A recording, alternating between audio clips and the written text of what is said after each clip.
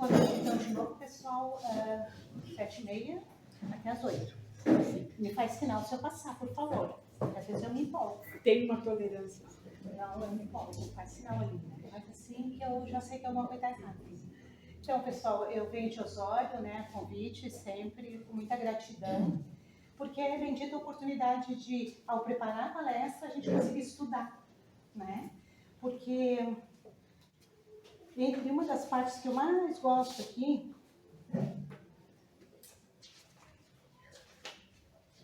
não marquei, mas enfim, uma das que eu mais gosto é essa que diz no Evangelho segundo o Espiritismo, Advento do Espírito de Verdade, né? Uma comunicação de 1860 que diz assim: veio como outrora entre os filhos desgarrados de Israel trazer a verdade e dissipar as trevas. Escutai-me. O Espiritismo, como outrora a minha palavra, deve lembrar aos incrédulos que acima deles reina a verdade imutável. Um Deus bom, um Deus grande, que faz germinar as plantas e que eleva as ondas. E ele diz, né? Vinde a mim todos vós que sofreis. Mas mais embaixo um pouquinho diz assim: Espíritas, amai-vos. Eis o primeiro ensinamento. Instruí-vos. Eis o segundo. Então, bendita a oportunidade da gente aprender. Porque aquele que acha que já sabe tudo, ele não aprende mais, né? E a gente está a caminho da evolução física, moral e espiritual. Eu consigo perceber, e talvez vocês possam concordar comigo, que estamos muito mais perto ainda do ponto de partida do que do ponto de chegada. Mas estamos a caminho. Às vezes eu vejo pessoas que, de alguma forma, dizem mas temos muito que melhorar, ainda somos muito pequenos, é verdade. Mas já fomos bem piores enquanto humanidade, né? As coisas vêm caminhando. O bem, ele é silencioso, por isso, às vezes, a gente não percebe. Mas hoje a gente vem falar de misericórdia, né? Na verdade, a gente vem falar das bem-aventuranças. Jesus, às vezes me vem à cabeça a ideia de que naquele dia mais inspirado do que nos outros dias, olha a minha prepotência, né? Mas quando a gente estuda, né, as bem-aventuranças, e entre elas está então o tema de hoje, misericordiosos, né?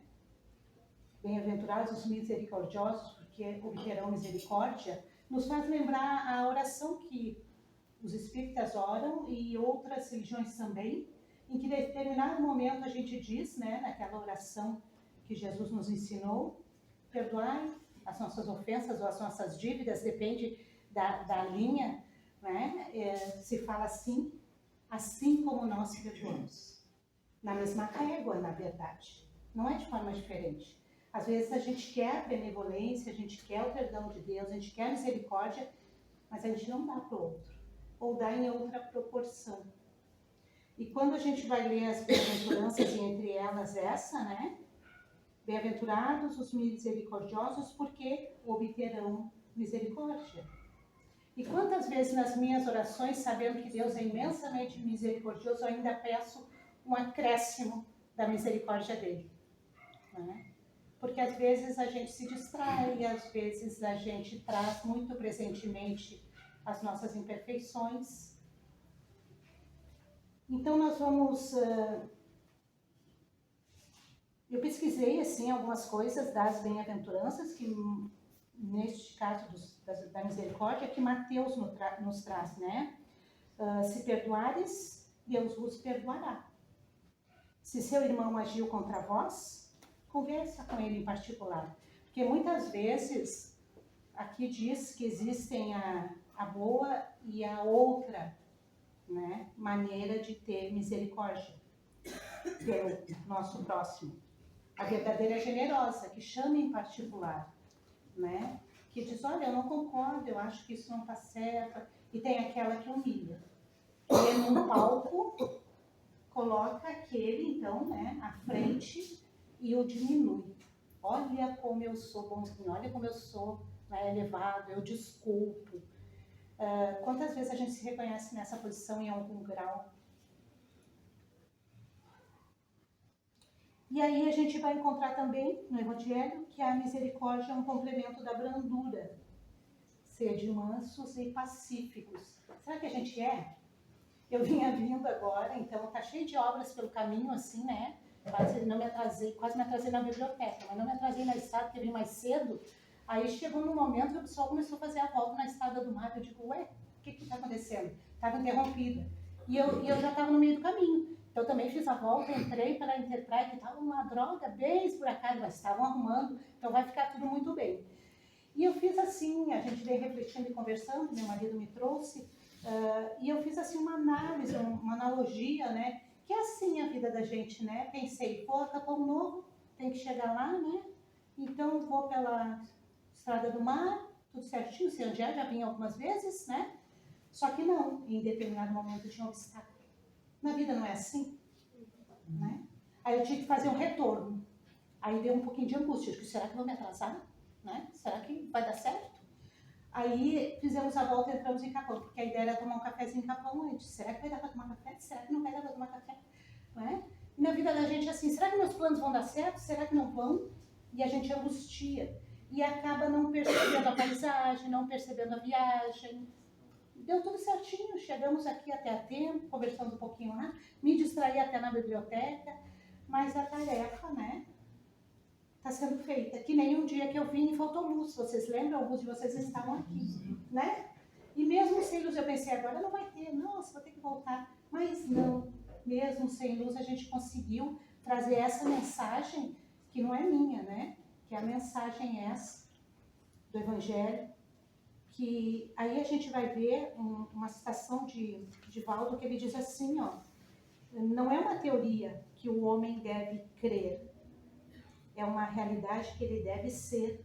Tão difícil, depois de tanto tempo, com tanto modelo, com tanta educação, tão difícil, né, a gente corresponder. E é tão grande que também eu li que Mahatma Gandhi um dia disse que se perdessem todos os livros sagrados da humanidade e só se salvasse o Sermão da Montanha, nada estaria perdido, né? Porque é um roteiro de como a gente pode ser melhor. Porque na casa espírita, no movimento espírita, logo que a gente entra, eles nos, vou dizer nos convencem, porque nos convencem com um propósito, assim, com argumento, né? Que é preciso fazer a reforma íntima. Eu achei muito bom. Aí eu queria 3 volumes de reforma íntima. Eu queria comprar várias doses de reforma íntima, porque eles querem bem bom, né? Não encontrei para comprar. E nem achei que é fácil fazer, né? É um passo para frente e 2 para trás. Como eu trabalho na clínica, às vezes o paciente ele tem uma evolução e ele pensa, agora estou bem. Depois ele vem tristinho, né? Eu achava que eu estava curado, né? Quem é que se cura das suas dores? Bem difícil. A gente consegue fazer com que cicatrize, mas a marquinha, né? Ela fica ali. E que bom, ela faz parte da nossa história, né? Tem uma lenda japonesa que diz que quando um vaso bom, bonito, quebra, eles não botam fora. Eles emendam com uma massa dourada. Valoriza mais aquela peça do que quando ela era igual a tantas outras. E é mais ou menos assim que eu entendo a vida, né? Quando eu olho para trás e vejo as minhas dificuldades, que são pequenas frente às dificuldades que eu ouço por aí, eu penso, isso me constituiu, né? E é preciso que a gente tenha misericórdia até com a gente mesmo, porque muitas vezes a culpa permeia, né, o nosso fazer, o nosso andar, né? Então, antes que a gente possa concluir, meia hora é nada, né, gente? Por favor. Eu fui procurar no dicionário, eu tenho um amigo que faz isso, eu acho fantástico. O senso comum, o que é? O que o dicionário diz o que é misericórdia?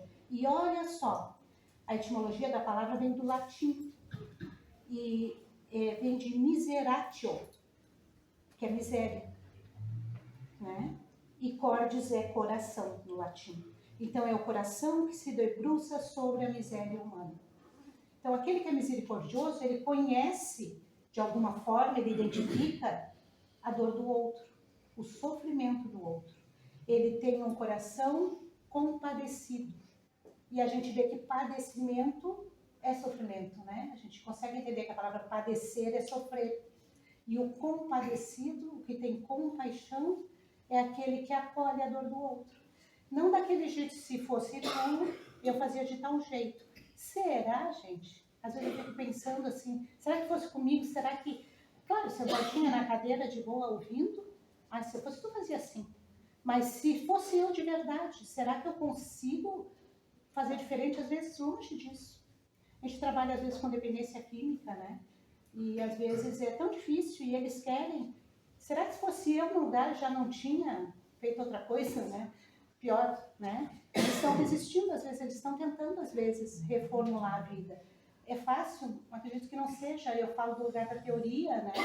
Eu não falo do lugar, assim, de quem viveu isso, né? Quando a gente fala de preconceito de cor, quando a gente fala de preconceito de classe, eu falo do lugar da teoria, que eu não vivi isso. Então, é preciso ter misericórdia para entender que a dor do outro, né? O teu sapato, o meu sapato, faz calo em lugar diferente. Dizem até que só o dono da casa sabe onde é que tem goteira, né? Então, é muito importante que a gente possa observar aqueles que vivem conosco. Eu sei que na família tem o atravessamento do sentimento, é complicado. Mas no trabalho, né? Na fila do banco, nem tem mais fila do banco, né? Só para tirar senha e não entrar, né? Eles não deixam mais a gente entrar no banco. Na fila do supermercado, tu poder olhar para o outro e perceber, e se a gente olhar, a gente percebe quem sofre. No olhar, a gente percebe, né? Quando a gente ouve uma ambulância com aquele alarme angustiante, o que dá para fazer, gente? Ali tem gente preparada para atender. A espiritualidade também já se preparou para atender, né? Mas eu posso elevar o meu pensamento e me juntar em energia positiva, né? Pedir um acréscimo da misericórdia de Deus para aqueles. Porque quando aquela sirene está aflita, alguém está aflito. Então, quando alguém estiver aflito, cala e envia. A gente vem tanto na casa espírita em busca do passe, né? Que é a energia, né? Que a gente possa transmitir isso, o que tem de melhor. Se fosse eu naquele lugar, o que eu ia querer, né? Eu sou instrutora de trânsito no turno da noite. Hoje é meu último dia de férias. Amanhã eu começo a trabalhar já, né? E aí a gente faz uma fala com relação a acidente de trânsito, que é obrigado, a lei nos obriga a socorrer, né, os acidentados, porque senão nós podemos ser processados por omissão de socorro. Mas ela não exige que a gente arrisque a própria vida. Então, dentro do que eu posso, com segurança, eu devo ajudar. E às vezes ajudar é ficar junto. É ficar junto. Muitas vezes é isso, assim, olhar no olho e dizer, já chamamos, já vem, quer que eu chame mais alguém, quer que eu avise alguém. Não é, às vezes eu brinco com a aluna, amanhã vai ter primeiro socorro. Traga uma agulha, linha, esparadrapo. Eles ficam achando que vão costurar alguma coisa. Não, né? Então, o que o Evangelho nos pede, né? Não vou falar dessa parte, mas tem uma outra passagem nesse livro, que eu vou encerrar com ele, é a Eterna Mensagem do Monte, uma psicografia de Leon Tolstói, que ele diz assim, que um dos apóstolos de Jesus era dos mais tristes, né, Bartolomeu. E um dia ele disse, mas o Evangelho exige tanto da gente, a gente tem que estar atento, a gente tem que estar certo, a gente tem que abrir mão dos nossos prazeres humanos, a gente não pode ficar triste, a gente tem que ser otimista. E Jesus olhou para ele e pensou assim, tadinho, não é tudo isso, né?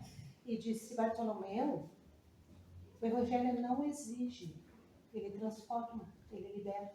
Então, quando a gente conseguir entender, né?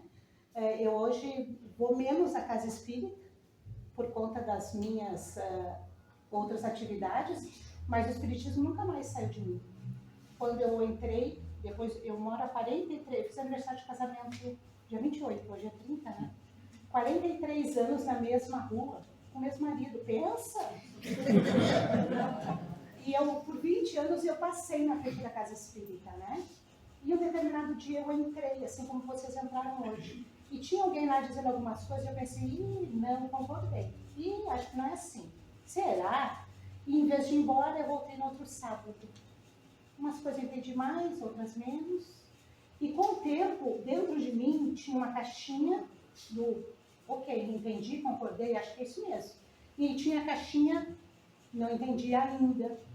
Essa caixinha do não entendi ainda tem umas coisinhas dentro, mas está bem vazia. Né? Já passei bastante coisa para os... É o que mais fez sentido para mim.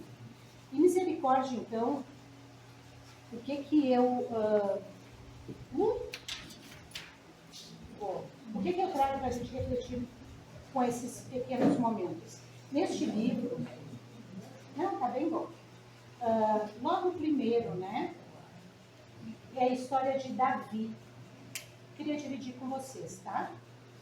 Lá na Judéia, naquele dia, quem é que se lembra? Acho que alguns de nós estávamos lá. Eu lembro um sono, que parece que eu já vivi isso, né? Um dia, na encosta do Monte Cosmos, na margem oeste do lago de Genezaré, perto de Tiberíades, uma multidão se aglomerou. Muitos ali sofriam do corpo e da alma. Curiosos também, alguns desiludidos, muitos desvalidos, e entre eles, Davi. Davi era um menino que nasceu sadio.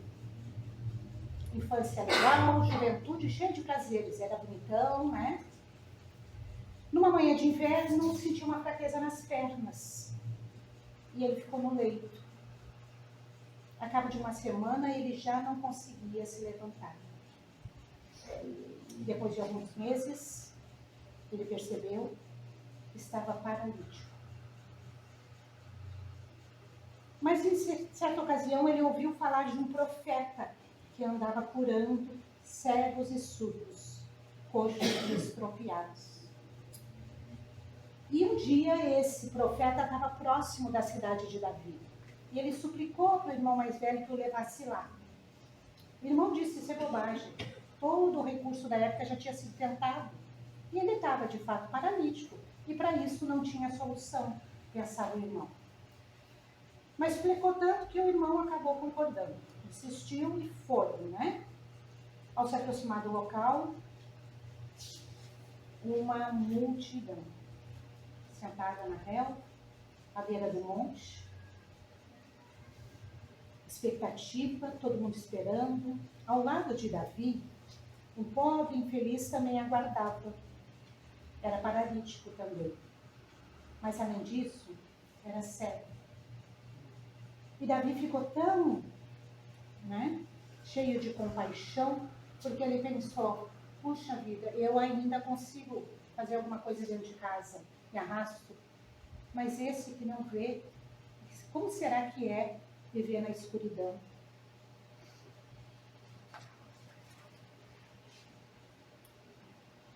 Jonas, o outro, vivia mergulhado em trevas. E daqui a pouco um ruído e a multidão se mexeu e calou. A figura majestosa de Jesus que se aproximava impressionou todo mundo. Quando ele olhou para o povo, tudo se aquietou. Vestia-se com simplicidade, cabelo nazarena, trazia tanta paz e ternura estampada no rosto que foi emocionante. A voz terna e inesquecível. Enquanto Jesus falava,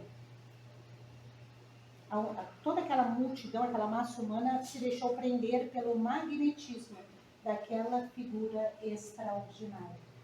Pensa se a gente pudesse estar lá. Ou lembra? Alguns de nós talvez estivéssemos lá. Eu me arrepio e não é do ventilador, gente. Ui, né? Lá estava Jesus. Ele continuou falando, aquele povo que era faminto de consolo e de paz. Ele impunha as mãos sobre a cabeça daqueles que se aproximavam, depois da fala. Jesus curava sem cessar. E em certo momento, alguém disse: ele só atenderá mais um. E era a vez de Davi. Nesse instante, olhando para o alto, olhando para o lado, ele viu o pobre infeliz paralítico cego. E sentiu-se movido de infinita compaixão. O companheiro não poderia sequer ter a felicidade que lhe fora concedida de ver a figura majestosa do mestre. Ali tão perto, porque ele não enxergava. Jesus tinha dito um pouco antes: tudo quanto, pois, quereis que os homens vos façam, fazei vós a eles. Ele buscou com o olhar o Rabi da Galileia, que fitava com os olhos serenos e ternos os seus. As palavras ouvidas há pouco tempo da boca de Jesus repercutiam ainda nos seus ouvidos e no seu coração, que ele achou que isso era suficiente para toda a sua vida. Ser curado já não parecia tão importante. Ele sorriu para o mestre, virou-se para o paralítico e sem nenhuma palavra ele se entendeu. Ele cedeu a única oportunidade que ele tinha de ser curado. Isso é misericórdia. Eu me emociono porque quem de nós teria esse desprendimento?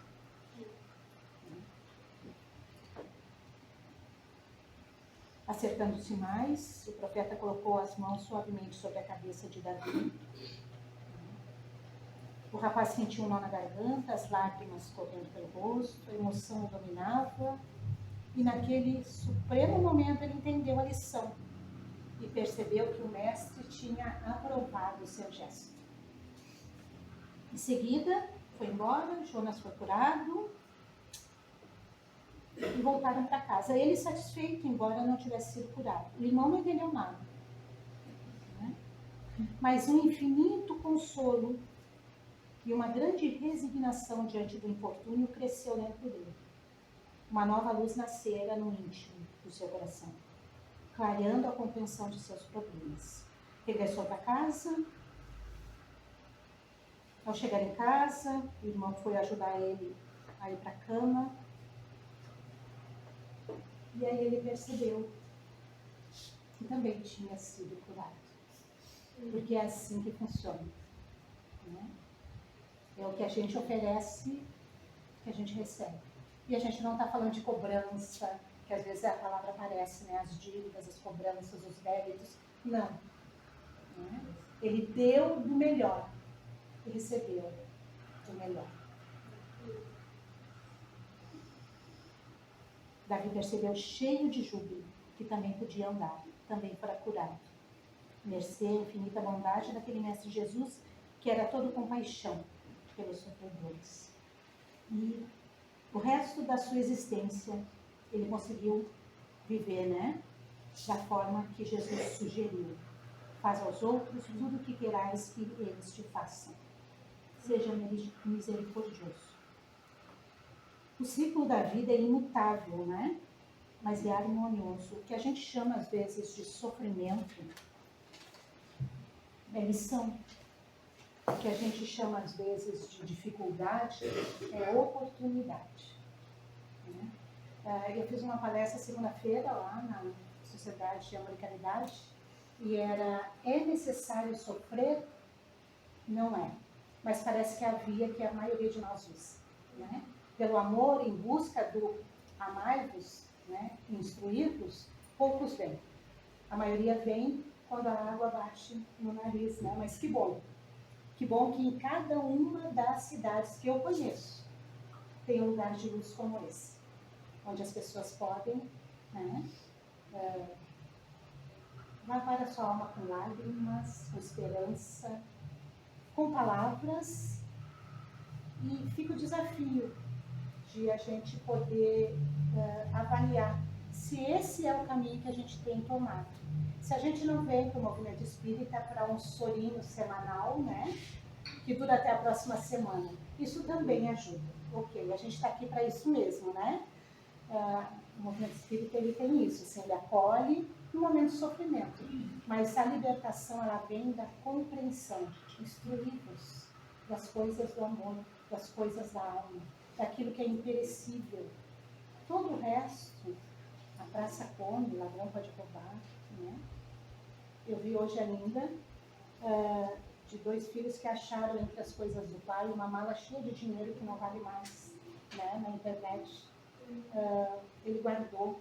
Eu conheço pais que vivem uma vida para deixar para os filhos. E aí a gente tem tantas parábolas que dizem também: E se não for de merecimento, não vai ficar com ele, né? O merecimento é isso, assim, é poder ter feito, e aí eu vou dizer uma bobagem aqui, né? Não é uma promessa que se paga depois, gente, é uma que se paga antes. Tu faz sem esperar retorno, mas ele vem, né? Por isso é com honra e gratidão que sempre a gente aceita os convites, porque a prece da manhã é aprender a servir. Né? Então a gente tem conseguido minimamente aprender todo dia um pouquinho mais de humildade, um pouquinho mais de perseverança, às vezes dá vontade de sentar e descansar, né? Desistir nunca, né? A gente descansa um pouco às vezes, e tentar tirar a essência de tudo aqui, que tem algumas falas, tipo, o amor cobre uma multidão de pecados, que a gente fala e repete. E um dia, num desses livros maravilhosos do movimento espírita, tinha a história de um homem que havia providenciado a morte do seu rival para ficar com a esposa e com as posses dele. Pensa como é que ficou a dívida desse homem lá, com o pessoal do lado de lá, né? Só que depois que ele fez isso, ele viveu uma vida para sua esposa, para sua família e para os seus funcionários, empregados. Nunca nenhuma criança passou fome ou frio ou doença que não tinha sido providenciado o recurso. E quando chegou o dia dele partir, olharam lá, disse que tem um arquivo lá, gente, eu não vi ainda, né? Olharam lá no arquivo e disseram, não, ele ganha uma moratória, ele vai ficar um pouco mais, porque o amor cobre uma multidão de pecados. Então, se a gente puder trabalhar, que nem diz na Paulo Estevam, né? Trabalha, ama, espera e perdoa. E a volta vem. Que a gente possa aprender com Davi. E tem aquela série, não sei dizer, Chosen, que tem uma cena maravilhosa também, como é que é o nome dela? Cara, que eu não sei o nome também, não. Sabe como é? Eu tenho já uma idade avançada. E Shula era cega, né? E ela pedia por todos, e não pedia por ela. Até que Jesus a fez ver. E o companheiro dela, coxo, também ganhou, né? A libertação daquela imperfeição. Mas imperfeição é uma coisa relativa. Não vê a tal da taça que depois de quebrada fica mais bonita do que quando era nova? Tudo está certo, o tempo todo, mesmo quando a gente não compreende. Minha mãe dizia que Deus escreve certo por linhas tortas. Eu consegui entender que não. Né? Minha mãe sabia mais ou menos das coisas. Deus escreve certo por linhas certas. A gente que não é alfabetizado ainda nas coisas de Deus. Né? Com o tempo, olhando para trás, a gente vai ver que está tudo certo. Todos nós estamos, né, nas mãos de Deus. E que vocês possam, até o nosso próximo encontro, estar na paz e na luz, na esperança, na consolação, na misericórdia infinita desse Pai amoroso, que nos ama e que nos espera, mas que não perdamos muito tempo. O caminho é longo ainda, né? Que possamos ser minimamente misericordiosos, pacientes, tranquilos, felizes. Muito bem.